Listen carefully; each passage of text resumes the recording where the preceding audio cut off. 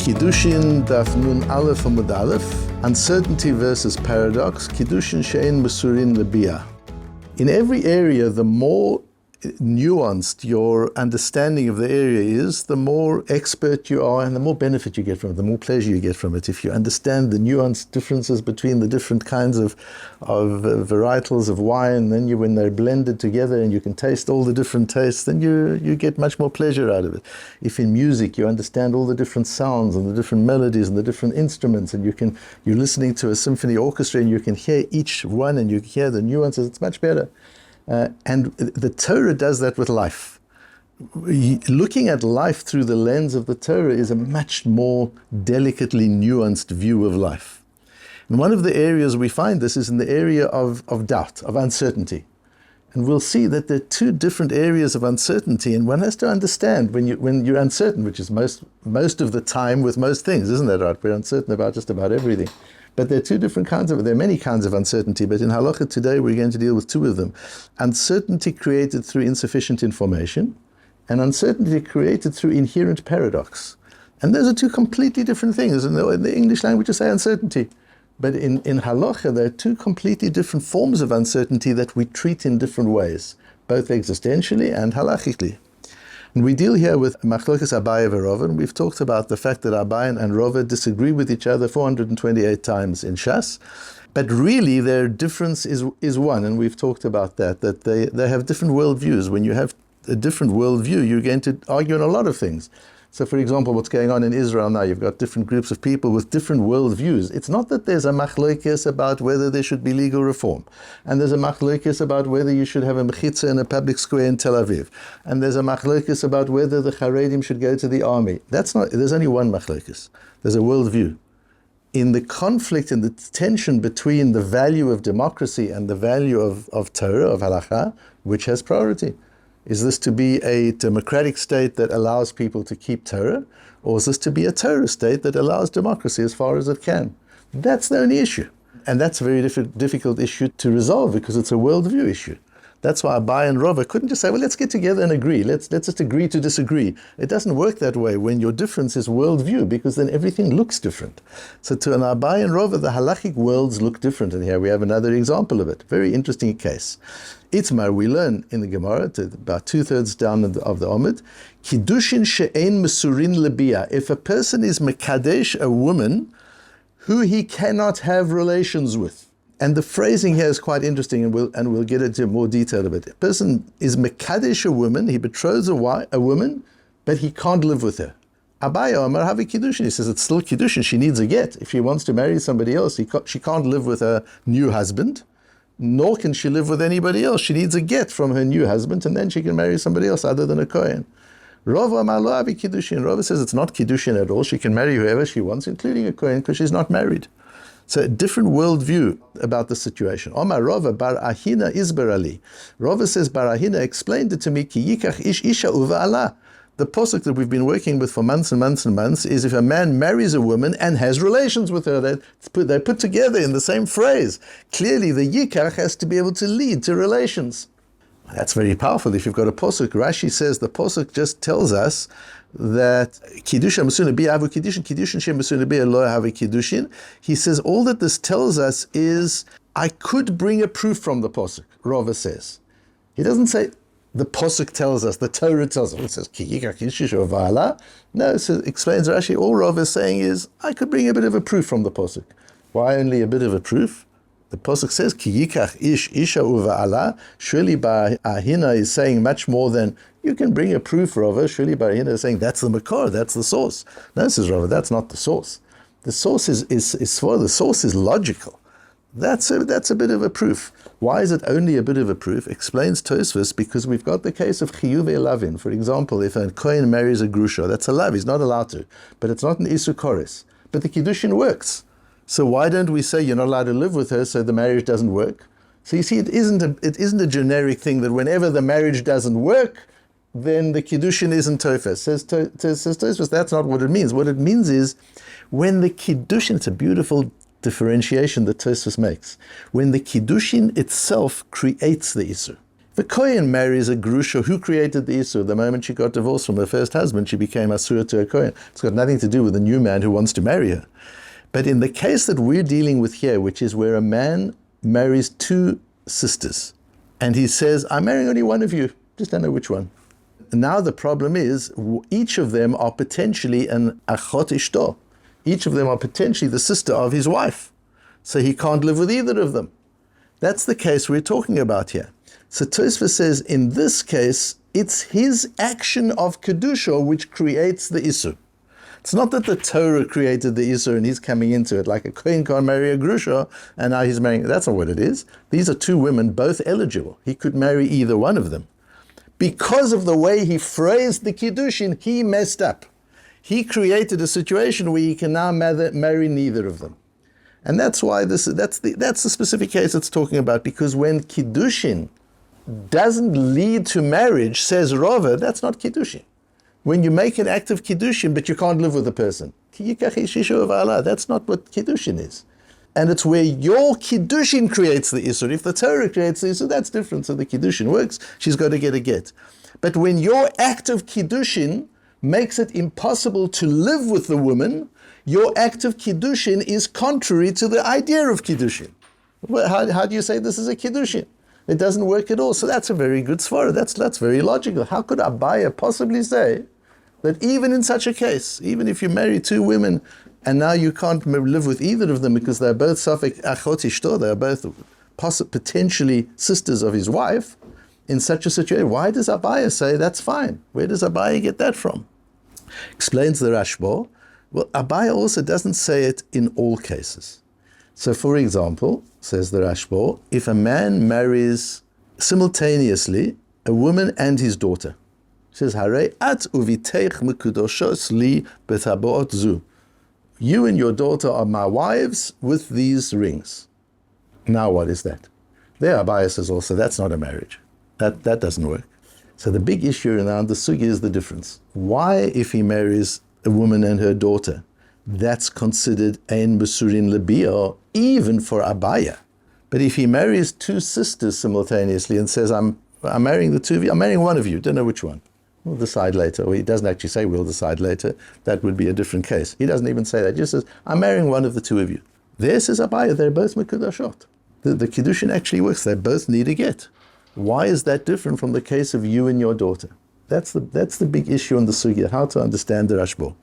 And the Avnei Miluim has a go at it, and a number of different Acharonim and Rishonim have a go at it. But the master of the sugya is Reb Shimon Shkop. And Reb Shimon gives two, and it's quite amazing what one can access nowadays. There's Reb Shimon in Shaarei Yosher, which is a famous Reb Shimon. But I also found there's a sefer on Kiddushin called Ohel Chia, where they gathered together a lot of the Rosh Yeshivas and Gedolei Acharonim right until the present day on Masechta Kiddushin, including Kitvei Yad. So they had some manuscripts of Reb Shimon, which we don't have published. And in those manuscripts, this all becomes very, very clear. And it's published in the Ohel Chia, which I quote at the top of the second page. Reb Shimon says two important principles. The first one is about Kiddushin, the second one is about Sofek. Says Reb Shimon, the reason Abaya says that if he comes along and says, you and your daughter are married, then there's nothing. Even Abaya says, that's not a marriage. Because what does Kiddushin mean? This is typical Reb Shimon. He gets to the essence of, what is Kiddushin? Let's start there. Just Kiddushin is different from other kinyanim. Other kinyanim, I do a kinyan on your object, and it becomes my object. But when I do a kinyan on a woman, she doesn't become mine. What happens is the reason it's called Kiddushin, as Tosfos says in the beginning of the Masechta, because of Lashon Hekdesh, she becomes forbidden to everybody else. Since she's forbidden to everybody except me, she's mutera to me. That's how Kiddushin works. Kiddushin is not an acquisition of the woman. This is good for the feminists to understand as well. I'm not acquiring you. What the kinyan does is it makes you forbidden to everybody else. I'm making you exclusive. Not acquiring you, I'm just making it impossible for you to marry anybody else. That's what we agreed. That's what it is. If you don't agree, don't stick out your finger under the chuppah. That's what Kiddushin means. Now that you're forbidden to everybody in the whole world, I'm the only person in the world that you can live with. So let's live together. That's how Kiddushin works. Therefore, says Reb Shimon Shkop, when I say you and your daughter are married to me simultaneously, what have I done? I've made them forbidden to everybody in the world, including me. That's not Kiddushin. That's just not the definition of Kiddushin. Kiddushin is, I've made you forbidden to everybody in the world excepting me. By making you forbidden to everybody in the world, including me, that's not Kiddushin. And therefore you don't need a get, you can marry whoever you want, you can marry a Kohen, there's no get. That's the first principle of Reb Shimon. In that case, so why does Abaye then say, when I say, you two sisters, one of you are my wives. So both take a ring for both of you. I'm going to marry one of you. That's what he says. Then says Abaye, it's a good kiddushin. Now they both need a get. And neither of them can marry anybody else. Why? They're both forbidden to him. Each one is a safek achot ishto. Each one is a potential sister of his wife. And we haven't clarified which one is his wife, so we don't know which one is the potential sister of his wife. So isn't that the same? Why should, according to Reb Shimon Shkop's principle, I've made these two women asurot to everybody in the world, including me? That should not be a kiddushin. They shouldn't need a get. Why does Abaye say they do need a get? Explains Reb Shimon. Because there are two kinds of sfekot. This is the second principle of Reb Shimon. One is you create a safek. You create a safek mekudeshet. You marry somebody in a way where the din is safek. The law is, just as there is an asur and a mutar, something which is prohibited, something which is permitted, there's also something which is safek asur. There can be such a thing as a safek isur. And that's not because we're lacking information. It's because what you've created a safek. It's not that as Rabbi Shimon says, Eliyahu Hanavi can come and say, I'll give you the missing information. It's not about missing information. You've created a safek. You've thrown a get at a woman and it's like exactly halfway between you and her. Exactly halfway. You're not missing information. It is halfway. She's safek megureshet. If it was close to her, she would be megureshet. If it was close to you, she would not be megureshet. But it's on the boundary. It's just 4 amot from her and 4 amot from you. So what is this din? This is safek megureshet. Not because we're lacking information. We have all the information we need. We know exactly where the get landed. We know exactly where she's standing, where he's standing. All the information is there. Safek megureshet. You've created a safek eshet ish. That's what you've created. But then there's another kind of a dot, where the only reason it's a safek is because there's missing information. That's not the creation of a safek. That's safek as a result. You can have safek as a creation and safek as an outcome of missing information. So now I come along and I say, I'm going to marry one of you, we just don't know which one. He's not marrying both of them. With the mother and daughter, he's marrying both of them. There's no missing information. He married mother, he married daughter simultaneously. So we can say quite clearly that's not Kiddushin. But here he only married one. That would be a good Kiddushin. One is his wife, and one is achot ishto. Those are their statuses. One of these girls is a wife, and one of these girls is the sister of a wife. Our problem is we don't know which is which. So we're missing information. The Ritvo asks the question later on, why don't we say Breira? Later on, he decides, this is the one I want to marry. Why don't we say that Breira, you might remember, works retrospectively. Let's say that's the one he intended all the time, and they Tosfos read, and others go into answering that. But here we're dealing with missing information. It says Reb Shimon Shkop, Abaye says the only time we use this principle of Kiddushin she'en mesurין לביאה is when, as Tosfos says, your Kiddushin creates an inherent situation of Isur Machmat Safek. There's a real Isur there, you've created the Isur. But when you haven't really created an Isur, one could be your wife, you just don't know which one. You haven't really created an Isur, says Abaye, that's not called she'en mesurין לביאה.